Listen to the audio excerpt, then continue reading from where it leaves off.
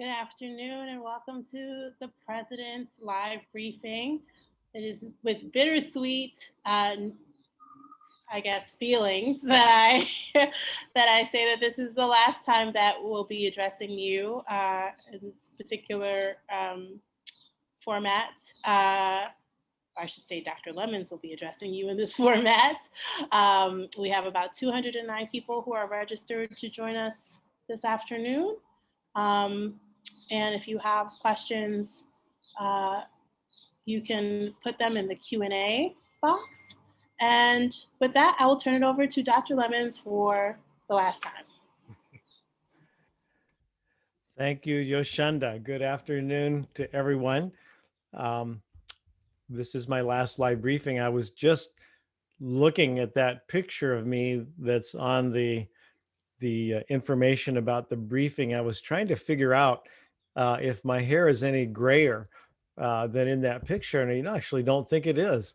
So maybe Lehman has been good for me. It has postponed the graying process.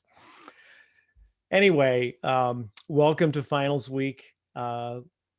Looking forward to commencement activities next week. Always a high point for us. Really, it's the highest point probably for all of us. Unfortunately, we can't share that high point in person, but we will still have our festivities. And I think we will still be able to celebrate in a way that's really meaningful.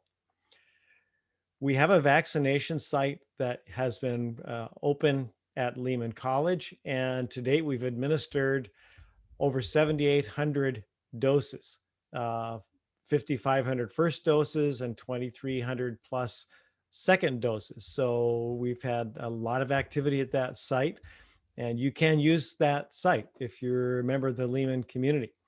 And I strongly encourage you to do that. On the topic of vaccination, the CUNY board will be voting on a policy mandating student vaccination for the coming fall term. You saw probably that the governor had announced last week that SUNY and CUNY students would be required to be vaccinated, with the caveat that would only be in effect if the FDA grants the vaccines full approval, something that we expect will probably happen in the next month or two. I think it's a pretty safe assumption for students to assume that they will be required to be vaccinated, but then there will be policies around that will be needed because it's not that simple. But for students to, as it stands, to state it in the most simple way, for students to come onto campus, they would have to be vaccinated.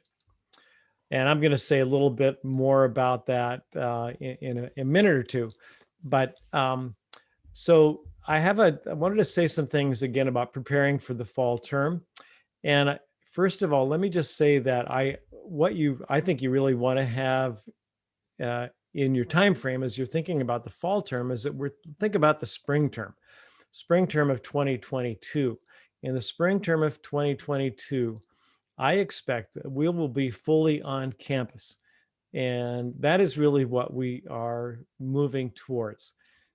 And we're moving towards that because even though I think we all agree that what we've done, we have needed to do to be remote, to maintain safety and health, we also all recognize that has not been optimal for our students, nor has it been an optimal work environment for most of us. And what we want to do is to get back to something that is much more like an optimal work environment and instructional environment. And one of the things that I remembered the other day when I was thinking about this, that Lehman College was way ahead of, I think, almost all the other CUNY schools. The only school it wasn't ahead of was SPS. But Lehman College had close to 25% of its courses offered online before the pandemic. So for us to go back to what was previously what we considered normal would already to be have a fairly significant amount of courses, number of courses that are to some degree online. Those were not all fully online, but hybrid or partially online. So I think when we think about the spring, we should be thinking that way. But let me just acknowledge, first of all, what we've been through, and the fact that it has required so much from everyone on campus, faculty, staff, students, administration. Everyone has had to put out in a way that was really pretty extraordinary. And yes, we have managed to continue to function in something like a full way, but that has not been without taking a very large toll and requiring a lot of effort. So I want to take this opportunity just to thank each of you for what you have done, because I know that it has been a really challenging 15 months that we've been through. We all miss in-person contact, I'm sure. Um, we also enjoy being able not to have to commute, and we probably enjoy being able to work in our pajamas or some other kind of attire some of the time or most of the time. But at the same time, we really do miss being together. And that is something that over time, I think, has taken its own kind of toll on us. And so when we can reverse that, that's going to be a really good thing. We're going to do that in a careful way. We're working on those plans now. The reentry committee is meeting and working on its plans. And of course, the ground continues to shift under us as we plan. After announcing students would be mandated to be vaccinated, then the governor announced that as of yesterday, mask wearing by those who are vaccinated would be largely unnecessary. That's following the CDC's guideline on that. And so that's a pretty radical, for us, a pretty radical change in thinking about safety. And so as we plan, we're going to continue to focus on safety first, but the parameters will continue to change. What we're thinking about as distancing is certainly going to change when we think about students being fully vaccinated. That's going to make a big difference in the way we think about how much spacing is needed in classrooms. So just expect that regardless of what we're saying now and what we're hearing, whether it's from the CDC or the state or CUNY, that's going to change. And we have to continue to be expecting surprises. So, I know that part of where that has been extremely challenging has been in the scheduling of courses. And we're now on another round of looking at some of our courses with an eye to increasing in-person participation in those courses. And I know that for chairs and for faculty, that isn't the easiest thing to do. But I want to, for those of you that are involved in that, I guess what I would like to stress is that the importance of having students in person on campus, really, particularly students who are freshmen, sophomores, but I think all students to some degree, is key. And we know that it has a lot to do with their success and what they're able to achieve. And as good as we may have gotten in some ways with digital learning, and I think that's a great thing, we need those students in person as much as we can possibly have them. And there's a cost to our students in being more cautious than we need to be. So that's why we're revisiting this now to some degree. We've always had a target of 50% occupancy. We're below that. We've been below that through our registration period. Our course offerings did not reflect that. So that's not really that our target has changed. But we're making another effort to get closer to that target now. One thing there will be in the fall, this will not happen until the fall, so this does not include the summer term, but there will be also systematic testing being done on anyone who is not vaccinated. So anybody who comes on campus will have to show a negative test initially, and then if it's a visitor, that's all that will be required. But if it is anyone else who's unvaccinated and who is coming regularly to campus, they will be part of a regular systematic testing program. And that's the way that we will manage, knowing that we will have some individuals who are faculty and staff who may not be vaccinated. So between, I think, the vast majority being vaccinated and this testing program, we will have a high degree of assurance that we are really managing a safe environment. And of course, there are other things we're doing as well. We will continue to manage our space in a way that follows the CDC guidelines on cleaning. And we will have, we've made a lot of modifications and continue to in bathrooms, so that there are touchless bathrooms. And we have other things in place, certainly by the fall, that are going to make our environment a whole lot safer than it has been. We will, in terms of upgrading classrooms, we are well underway in doing that, and getting the equipment together. And that will be an ongoing process through the summer. And there will, along with that, will be the training that's been mentioned before. So again, let me just emphasize that by spring 2022, we expect to be fully back in person. But there's a caveat here. We really need to carry forward the use of the digital learning and the technology that we have begun to master. We've extended our capabilities tremendously. That gives us a lot more flexibility with offering courses the way we offer them to our students, and the kind of resources that we make available to our students remotely. So whether those students are in class or whether they are not, we have added a lot of tools to our toolbox. And that's really important. That's going to enrich what we can do, and that's going to increase student success, I'm sure. It's also going to, in our offices, it's also going to improve our productivity, and it's going to improve our ability to do things in a way that we couldn't do them a year and a half ago. And so that's really that's the little silver lining that's in this, behind this COVID cloud. You have seen now the memo from the chancellor on return to offices. And I had mentioned this in the Senate meeting, that August 2 was the likely date for when we would be aiming to have 50% presence in offices. This again is going to be a process, and we're going to begin this very soon. And that will be discussions between supervisors in all the areas around work schedules in order to reach that 50%. There are, a number of very important things that I think really frame those discussions.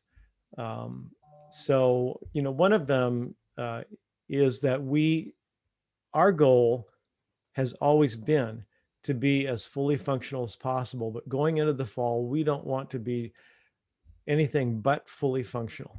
And so that's really critical. As we go into the summer, we want to make sure that every area, particularly offices is what we're really talking about for the summer, that all those are able to function without any interruptions and be able to offer full services to students all through the summer. And so as we get to August and we then are at that 50%, we want to make sure that that continues. And there will be a variety of ways that can be done. It's going to need to be equitable across units. But the full functionality and being really effective operationally is really critical. We will stay in sync with the CDC, NYC, and New York State Department of Health guidelines as we do that. And again, I expect those will change to some degree. So as we get to the summer and the fall will come very quickly, as we know, we will really try to be, and we all need to be creative about developing work schedules that give us that productivity and effectiveness that we want, so that by the time we get to 2022, we've had the option of really exploring ways that we can do our work And maybe it's not all going to be in person. Maybe we're going to find there are some ways that we're actually more productive at some times not being on campus. So those are the things that we need to explore. Again, in an equitable way with discussions, and there will be parameters around that. And I think we need to expect that these schedules that we work out now are going to evolve. They won't be fixed because we're going to have to watch, assess how they're working, and be fully expecting to modify them as we move along. So that's my update. And there were a few questions that came in ahead of time, and then I'll go to the Q&A that's the enters into the Q&A for this session. But the first question I really just pretty much answered. It's about return to work, but there's a little more that I want to say about that. Again, I want to emphasize that, well, let me just read this question because I think it's a good lead into a few more things that I think are important to think about returning to work. Question is, what are the Lehman/IT accepted protocols and standards to ensure zero transmission of COVID-19 given vaccine limitations to antibody-resistant mutant variants?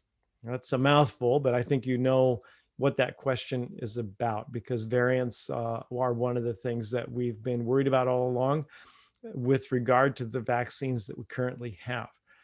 So first of all, the data right now, the latest data that I've seen shows that the most common vaccines that we're using, Moderna, Pfizer, and Johnson & Johnson, are effective against variants. And so right now, that really is not a major concern. Now, of course, that can change. There can be new variants, but right now, those vaccines are effective. But I would also follow that by saying, we cannot guarantee zero transmission, and nobody can.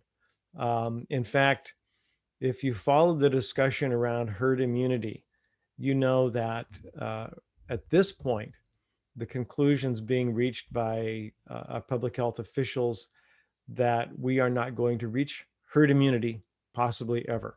That has to do with the percentage of individuals in the United States who may never become vaccinated. And it could eventually have to do with variants as well, but it has largely to do with the former. So we're never going to have a situation where we have herd immunity, and therefore we're never going to reach zero transmission. It's always going to be there.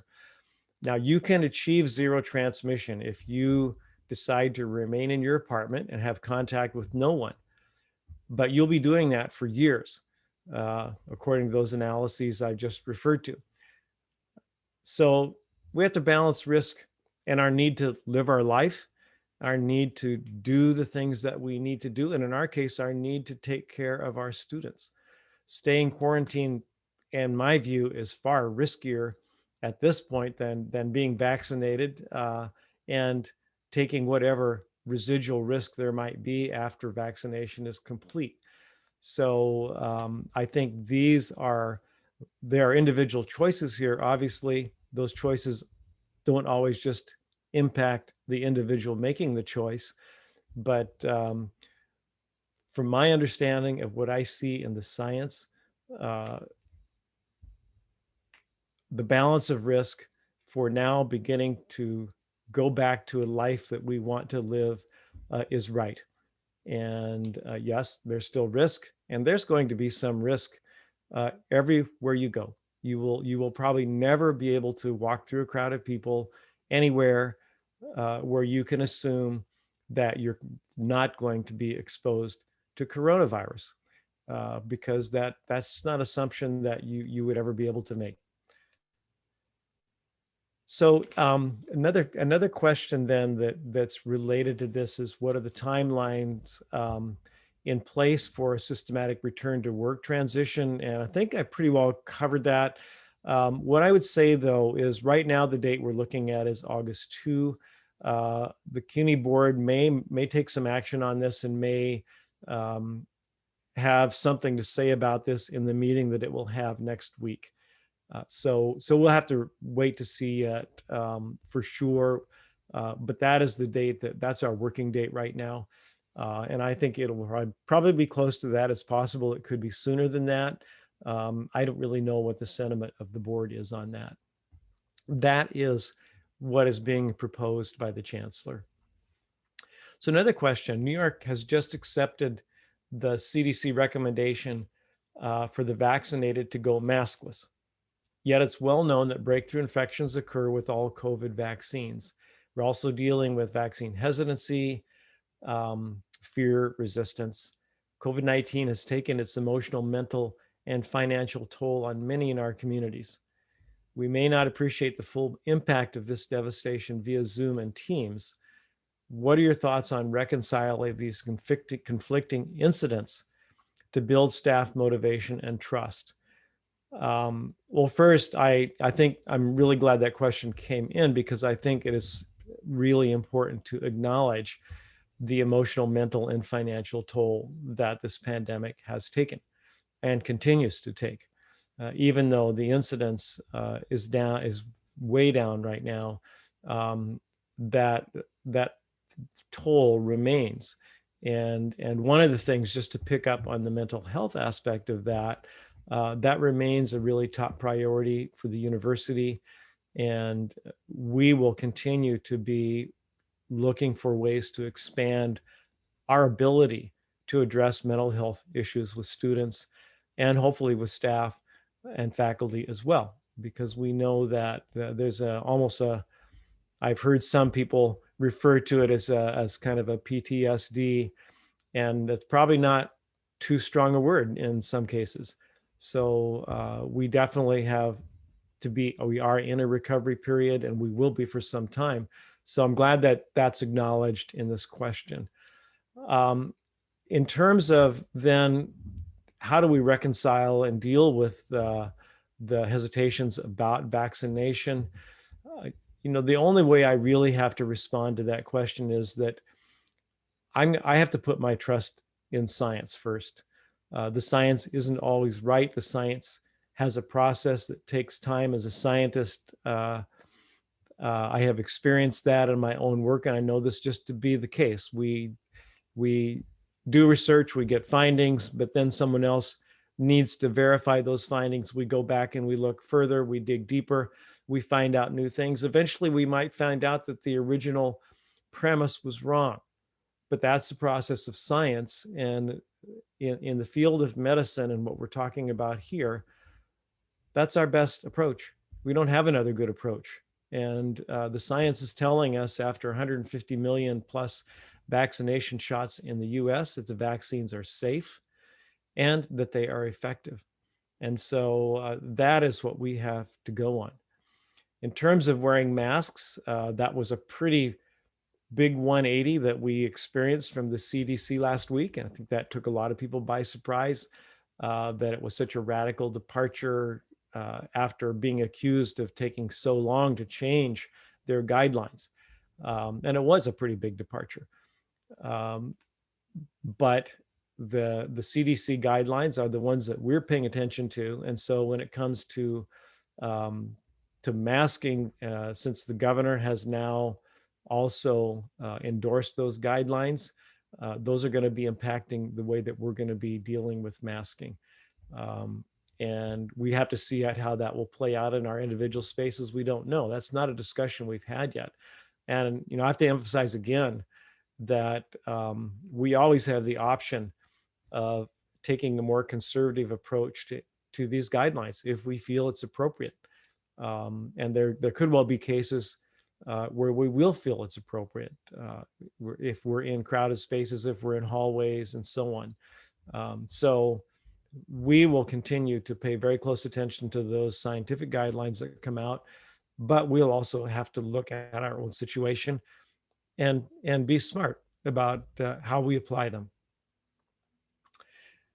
So now I want to turn to questions that have come in. We have a lot of questions that have come in. With restrictions being lifted throughout the city, is there a chance the Apex building reopening for vaccinated students in the summer. Right now, we don't have plans to do that. But I would put this in the category of, we probably will discuss that. My best guess is that you won't see changes like that until the fall term. The fall term is when students will be required to be vaccinated. And that is when I would expect, though, that these facilities will begin to open up, because we'll have every reason to believe that they're safe. Will parking permits be available for the fall term? And will they be discounted given the altered schedule for the fall semester? That is a really good question. And that's not one that I can answer. We haven't really talked about that yet. And that is one of many of the factors that we're going to have to consider when we think about the schedules that we'll have both this summer and in the fall. So stay tuned on that one. That is definitely something that we will be discussing, and we will come up with an answer in time for you to know, but certainly by the fall. Curious to know what happens with those students or people who had been greatly affected by COVID. For example, long haulers. What happens if for that reason we don't want to be vaccinated? We're going to not complete our degree. So there are going to be medical reasons why someone may not be vaccinated, or that there may not be confidence that the vaccination will be as effective. We know that can be true for immunocompromised individuals. The vaccine may help, but the vaccine is not nearly as reliably effective with those individuals. What we will be doing is we will be looking at accommodations for students who have that sort of situation, because we want them to be able to finish, and we will have to find ways that we can allow students to finish and enable them to finish with those kinds of restrictions, because we know we will certainly have a number of individuals in that position. Is there going to be support staff that takes care of the sanitation and logistics on campus? Because it seems like a lot of work and responsibility for such a small team. And that's a really good point. One thing we have done, and the CARES Act funding is helping us with that right now, is we are hiring more staff who can help with maintaining the campus, because we've known for some time that this would be a heavier lift than we have had while we're mostly remote. So yes, we are adding staff to be able to do that. One of the things that I do want to say about that is that you remember very well in the spring of last year and going into the summer, we weren't sure what kind of role surface transmission had in spreading coronavirus. We know now that surface transmission is really not the dominant mode in which this virus gets transferred. It is an airborne virus. So the intense cleaning that we did between every classroom, that's not necessary. We will, though, have cleaning schedules that will happen in a regular way. And again, the reentry committee is working on this within the CUNY guidelines in a way that cleaning is still done in the intense way that it needs to be done from what we understand. But we have to make decisions about where best to put our resources, because we don't want to put resources into things which are simply, as some people have called, sanitation theater. We want them to really count. What was the ratio of students enrolled this year as compared to the 3 years previous? And does the number represent pandemic withdrawals or low enrollment numbers? What we experienced was pretty flat enrollment this past year. We had a really robust, you may remember, freshman class that came in the fall, more than we had before. And it looks now by our early enrollment numbers that is a trend that may continue. We had fewer transfer students, and I don't want to give you exact numbers. I don't have them in front of me, but we had pretty flat enrollment. We don't know right now, of course, what enrollment will look like by the fall. What we are planning for is pretty flat enrollment from where we have been. We think that's the most realistic assumption that we can make at this point. And this is something, of course, as we go through the weeks of the summer that we get better and better predictions about that. But that's the model that we're using now. Here's a question related to our current and prospective international students who are located outside the United States. What if a student has already been vaccinated with a vaccine that's not FDA approved, such as Sputnik? How are we thinking about this? That is, again, a very well-placed question. And that is one of a number of issues that are in that group that I mentioned earlier, the policies around student vaccination that will go before the board. That's still in development, how that will be managed. But it's a really good example of the complexity of something that sounds fairly simple. Mandated student vaccination sounds pretty simple, but that's just one of a number of those considerations that we have to decide how we will respond to. And again, I'm expecting, first of all, again, guidance from the CDC on that. We don't have it yet that I know of, but I expect that we will get guidance first from the CDC, which will set pretty much the parameters for how we will consider that. If a student already has scheduled for the fall all of their classes and does not get vaccinated for whatever reason, what happens to the fall schedule? Will those students learn remotely, or will the student lose out on being a student for the fall? And if so, what happens to the tuition already allocated for the fall term? Here's the answer to that question. It would have been great if we knew a month ago that there would be a mandate for student vaccinations. We didn't know that. We were really only speculating at that point about whether there would be, and only a few private institutions and even smaller number of public institutions had announced that they would mandate vaccination. So unfortunately, we opened registration without knowing that. There are students who have registered who will, like everyone else, be informed that vaccination is required for in-person classes or for coming on campus. If a student decides they do not wish to be vaccinated, then they will have to change their schedule. There will not be an accommodation for students who just prefer not to get vaccinated. If there is a medical reason, as I mentioned just a little bit ago, yes, accommodations will be made. But otherwise, the schedule will need to be changed. That's unfortunate, but that is it is a circumstance that's really out of our control. It's been out of our control, but that is the situation, and that's the way we will respond.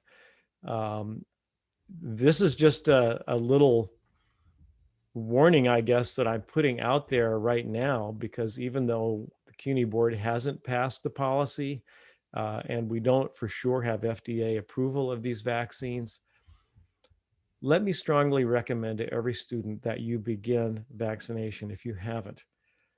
You will be required probably to present proof of vaccination at least 2 weeks before the term begins, because it takes 2 weeks, a minimum 2 weeks after the final shot, if it's a 2-shot vaccination, for the vaccine to be pretty much fully effective.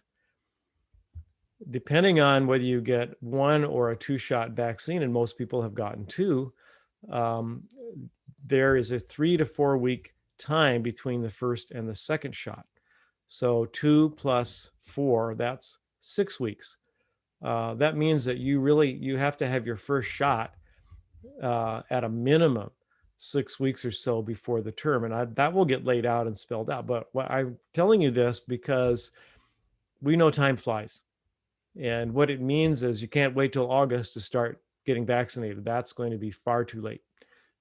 Students are going to need to begin getting vaccinations by, I would guess, early to mid-July. And again, don't quote me on that because we haven't figured all of that out yet. But just by my rough estimation, that's when you need to start vaccination. So that's just one more reason for students to go ahead and get vaccinated. The best reason by far is it protects you and it protects your family.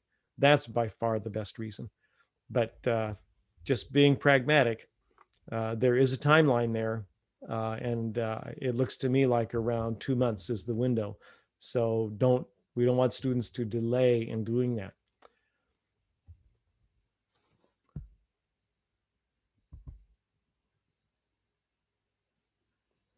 So how will summer session look? Summer session is going to look a lot like the session that we are just finishing now. It's going to be online. The only real question I think about the summer session is whether more services will be available on campus, and I would expect they might be. But again, there will be requirements to come to campus that we've had all along, which is clearance through Everbridge. And it's possible that once we get testing underway, that there may be testing requirements that would begin in the summer. I don't know that, but that's possible. But otherwise, for instructional purposes, the summer is going to look pretty much like this past academic year has looked. Are we going to be patient in waiting for classes with an in-person piece to fill? So far, I've only have one student, but maybe things will change by August. So yes, registration has been slower for those in-person classes. And I think we're going to be inclined to hold those sections open longer because we think it's really important that those sections be filled to the degree that they can be. Here's a question about Lehman Center, performance space. Because we've noticed now with the opening up of New York that performances are beginning. Broadway's going to open up. In fact, our School of Public Health has been consulting with Broadway around their opening, and they're going to do the same thing for us. So I'm expecting within the next week or two that we're going to have a consultation with them to make a plan for what we can do with the Lehman Center and with other performances and group activities in the fall. But my hope is, and I don't think this is an unfounded hope, is that we will find that we can begin to have performances. They will be probably not able to be packed the way that we were doing them before, but I think it's pretty reasonable to hope that we can actually do that in a way that's safe, but that will still make it a really satisfying and available experience to enough of our students, faculty, and staff, and the community.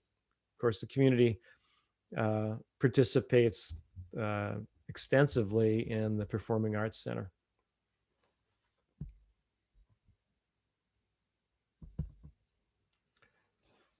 So I'm waiting for more questions to come in. Is the library going to be open for students in the fall? Yes, it will be. The library will be open, and the details of that will be part of the work of the reentry committee.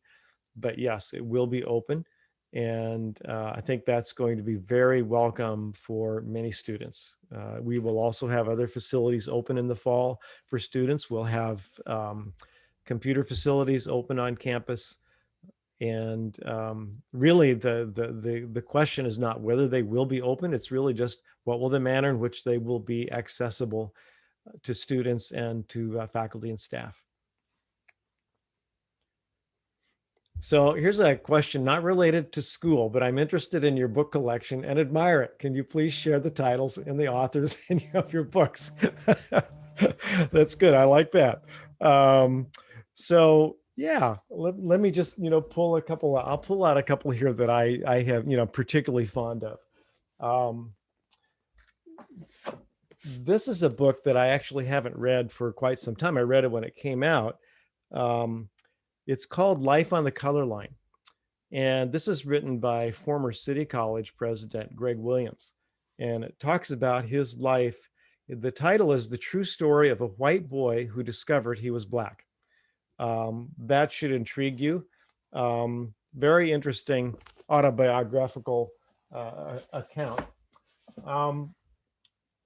So, here's another one that I like this author a lot, Paul Tough. He's written a lot about education.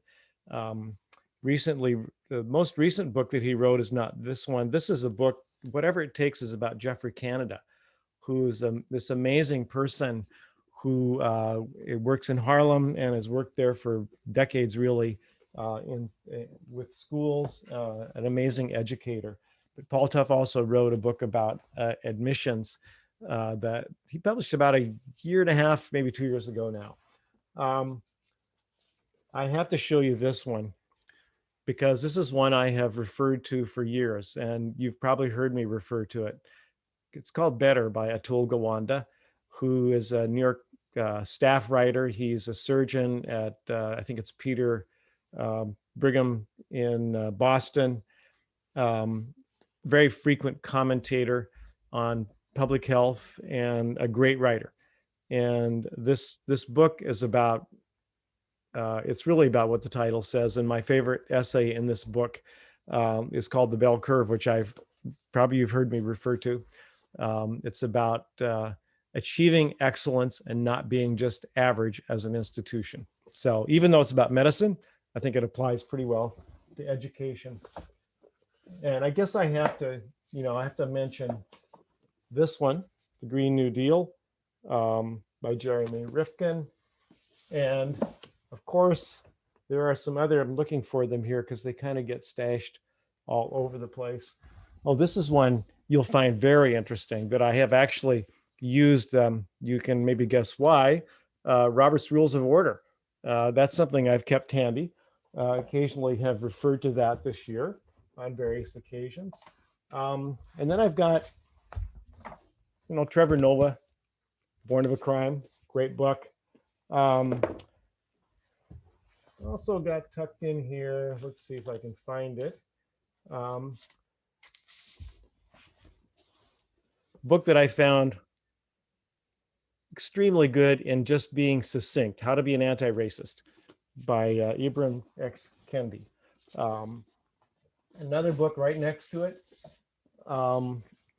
You've seen the book Cast on many bookcases when you see interviews, which is a great book. But this book is one that's also terrific by Isabel Wilkerson, The Warmth of Other Suns. And I've often, after I read it, I thought, I know it would be a big ask, but when I get into a discussion about race with someone who isn't really ready to accept the fact that systemic racism is real, I would just like to challenge him to read this book, and which I think is a great narrative, and the stories in it are wonderful, and they're so illuminating, really taking us from Reconstruction really all the way to pretty much where we are now.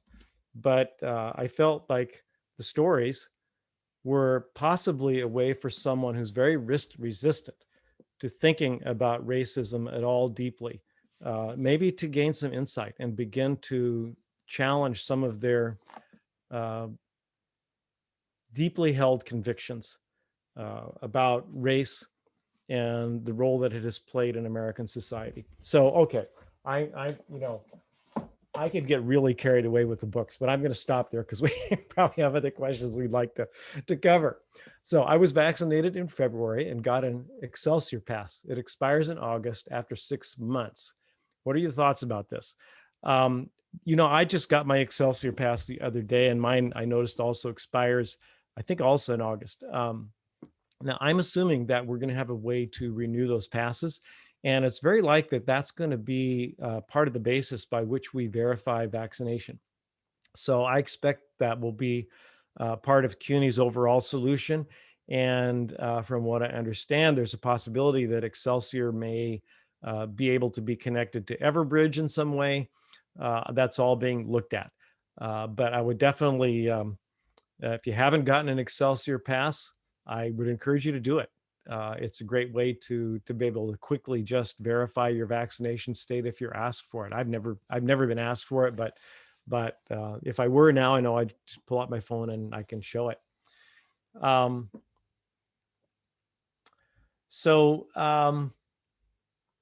can students and staff who are immunocompromised, 3 to 4% of the population, be kept safe if not everyone's vaccinated? In many cases, vaccines provide low or no immunity for this group. And yeah, that's a very good point, which I mentioned a little while ago. Very true. And that is something that we're going to have to take into account as we plan for the fall. We know there are going to be individual accommodations that we will need to make. I think the whole world is learning about this and how we might do this. We're going to need probably some pretty creative solutions for that because we don't want to leave anyone behind. And And we certainly don't want anyone living in fear because they know they're immunocompromised and they may be exposed. And as I said, we're never going to have a 100% certainty that you can't be exposed to coronavirus. That's just not possible. So we will work out accommodations for individuals like that, so that we can, in one way or another, whether it's continuing a remote environment or creating some kind of special environments on campus, possibly we will make those accommodations. And a question again about the Apex pool for the fall. Again, that's really in the domain of the reentry committee. They'll be looking at all these facilities and coming up with a plan for them. But I certainly hope the pool will be open in the fall to some degree.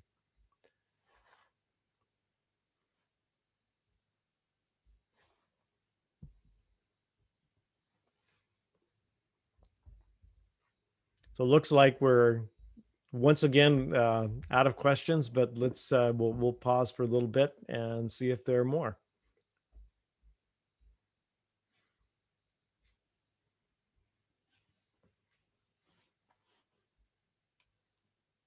So the question about medical exemption, is there a form for that? Yes, there is a form, and this will be true for also faculty, staff, and administrators.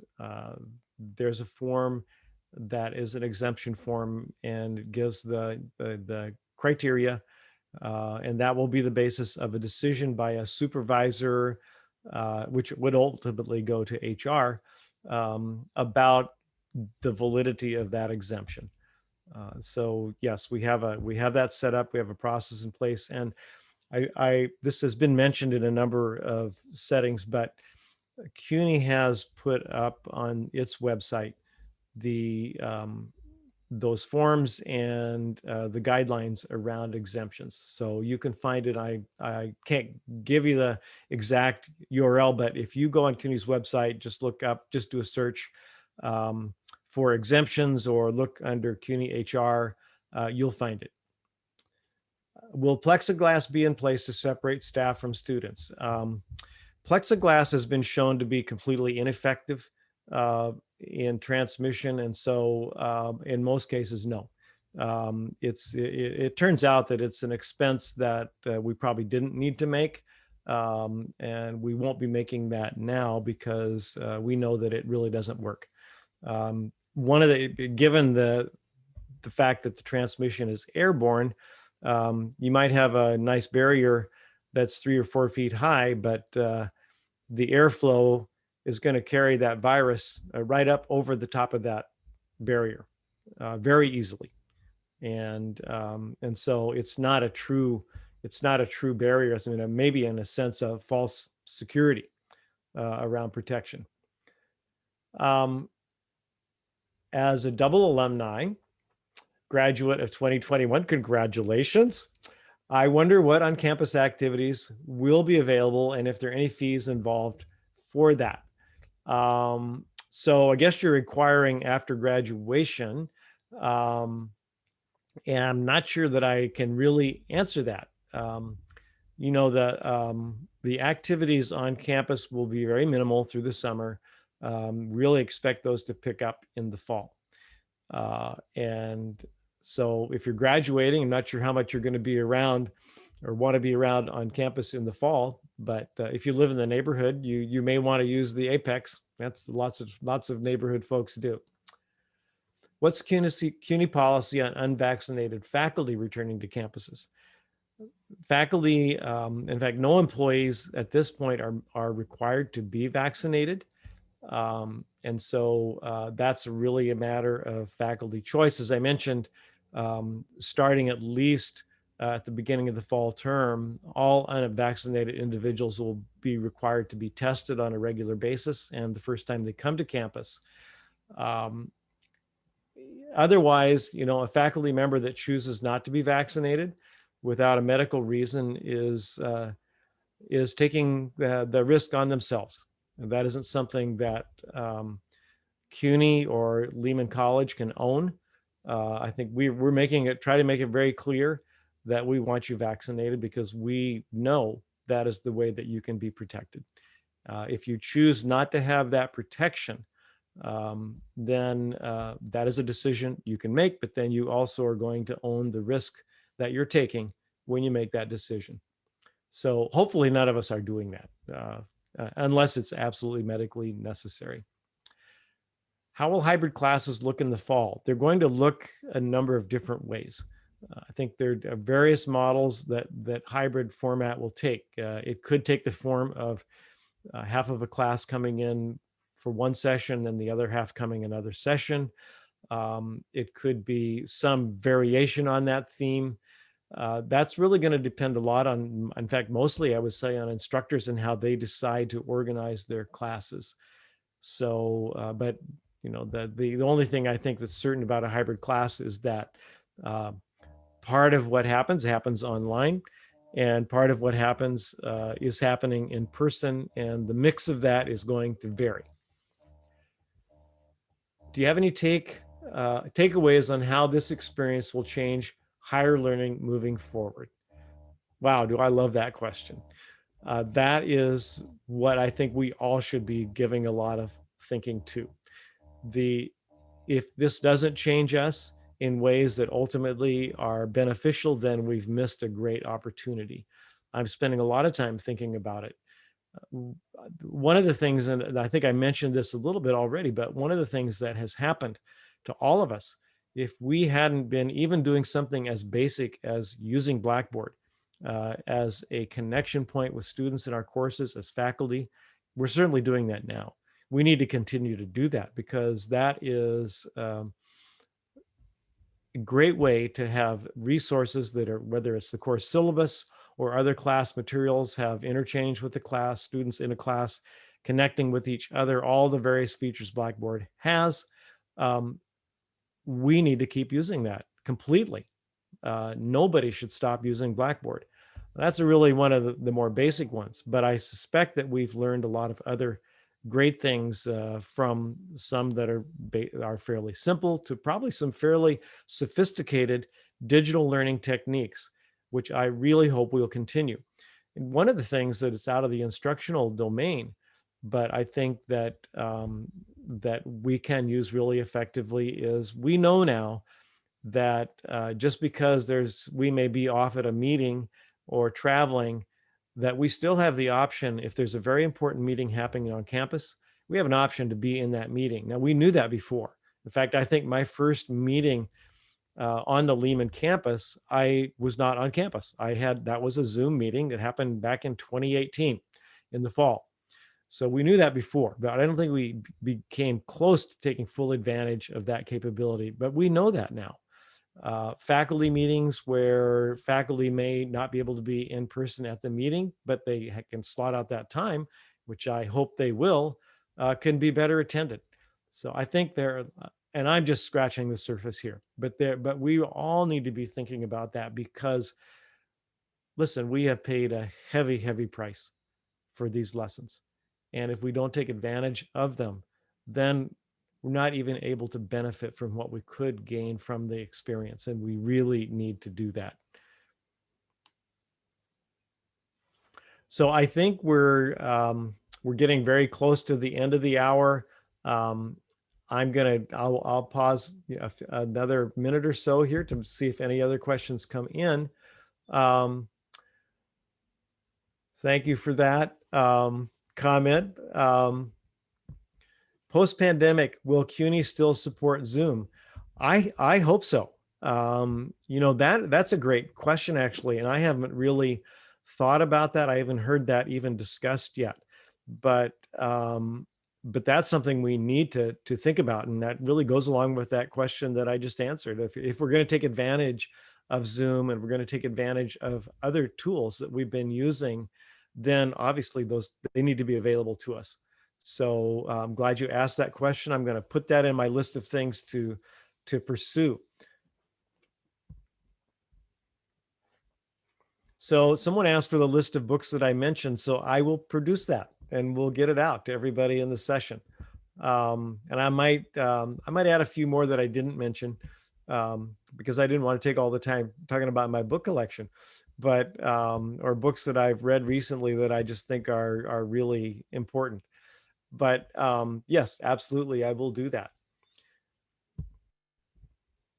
So I'm going to, there aren't any more questions that I see. So I'm going to sort of go into my closing comments. And given this is my last live briefing at Lehman College, and I'm going to be, I'm not gone yet. I'm going to be president of Lehman College through the month of June. Dr. Fernando Delgado will be coming on July 1.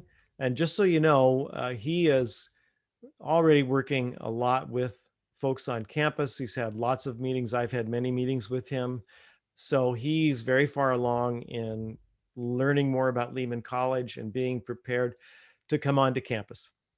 So when he comes July 1, he will be ready, no question. I will be president through the month of June, but I will also, in just a few days, I will begin my new position as the interim executive vice chancellor and university provost. And just like Dr. Delgado has been already doing a lot of work to transition here, I've been doing a lot of work to transition to the central administration. So I will be continuing that, and I will be doing that along with being president for the month of June, something that I think will be quite challenging. But I want you to rest assured that I will be here and I will be available. And again, I'm not going to leave the college without a president. So I will be still president through June. But since it's my last live briefing, I do want to take this opportunity to thank you for being such great colleagues, all of you. Some of you I haven't had a chance to work directly with, but I know about the work that you do, probably know about many more of you than you would really realize. But I want to thank you for being such great colleagues, for being a part of this community that I think really does care.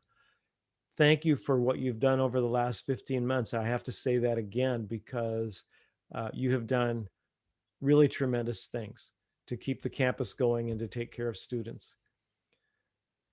You know, this hasn't been a period of hiatus for the college, even though we've been remote, and we've been hearing, we heard last in the general faculty meeting last week, many of the accomplishments of the past year. That was also something that we honored with the faculty celebration also a week or two ago.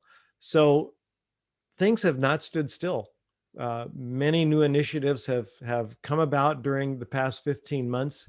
And I think that really typifies Lehman College, because Lehman College is made up of faculty and staff who really don't drop the ball and who have good ideas and take initiative. So I want to thank you for that. That is something that I've really come to appreciate while being at the college.